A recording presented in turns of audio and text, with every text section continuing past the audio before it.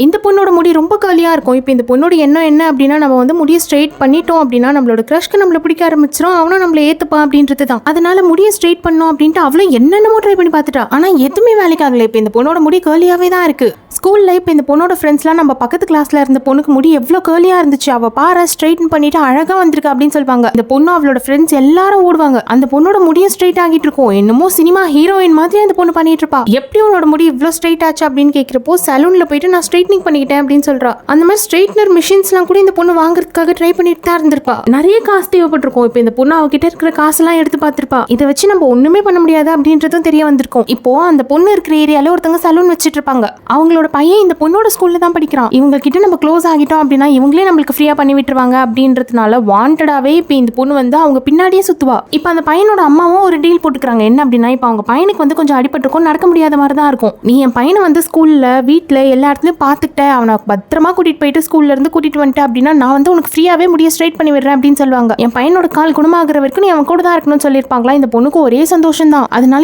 எப்பவுமே லேட்டாவே ஸ்கூலுக்கு போற பொண்ணு இவனை பிக்கப் பண்ணிக்கிட்டு ஸ்கூல்ல போயிட்டு டிராப் பண்ணி கூட்டிட்டு வரணும் அப்படின்றதுனால சீக்கிரமாவே வந்துருவா. இவனை பார்த்து பார்த்து சாப்பிட வைக்கிறதுக்கு, ஹோம்ஒர்க் எழுதுறதுக்குன்ட்டு எல்லாத்துக்குமே ஹெல்ப் பண்ணிருப்பா. இப்ப கொஞ்ச நாள்ல இந்த பையனோட காலும் சரியாகிடும். அவங்க அம்மாவும் சொன்ன மாதிரி இந்த பொண்ணுக்கு ஃப்ரீயாவே முடிய ஸ்ட்ரைட் பண்ணி விட்டுருவாங்க. இந்த பொண்ணுக்கு ஒரே சந்தோஷம் தான். ஸ்கூல்ல இருக்க எல்லாருமே இந்த பொண்ணு வாவோ முடி சூப்பரா இருக்கே அப்படின்னு சொல்லுவாங்க. இப்ப இந்த பொண்ணு தைரியத்தெல்லாம் வர வச்சுக்கிட்டு அவளோட கிரஷ் கிட்ட போயிட்டு இப்ப நம்ம ப்ரப்போஸ் பண்ணிடலாம் அப்படின்ட்டு போயிருப்பா. போய் முன்னாடி நின்னா அவளால சொல்லவே முடியல. அவளோட முகத்துக்கு முன்னாடி ஞாபகம் வரது எல்லாமே வந்து என்னன்னா, இப்போ ஒருத்தன் கால் உடைஞ்சு போயிருப்பான்ல, அவனோட முகம் தான் வருது. அப்பதான் இந்த பொண்ணுக்கு தெரிய வந்திருக்கும். அதாவது இப்ப நம்ம அவனை பாத்துக்கிற அந்த டைம்லயே சீக்கிரட்டா அவனை வந்து லவ் பண்ண ஆரம்பிச்சிட்டு இருக்கோம், சீக்கிரட்டா அவனை நம்மளுக்கு பிடிக்க ஆரம்பிச்சிட்டு இருக்கு அப்படின்ட்டு. யாருக்காக முடிய ஸ்ட்ரைட் பண்ணாலும் கடைசியில அவங்க கிட்டயே லவ் சொல்லாம திருப்பி வந்துருவா.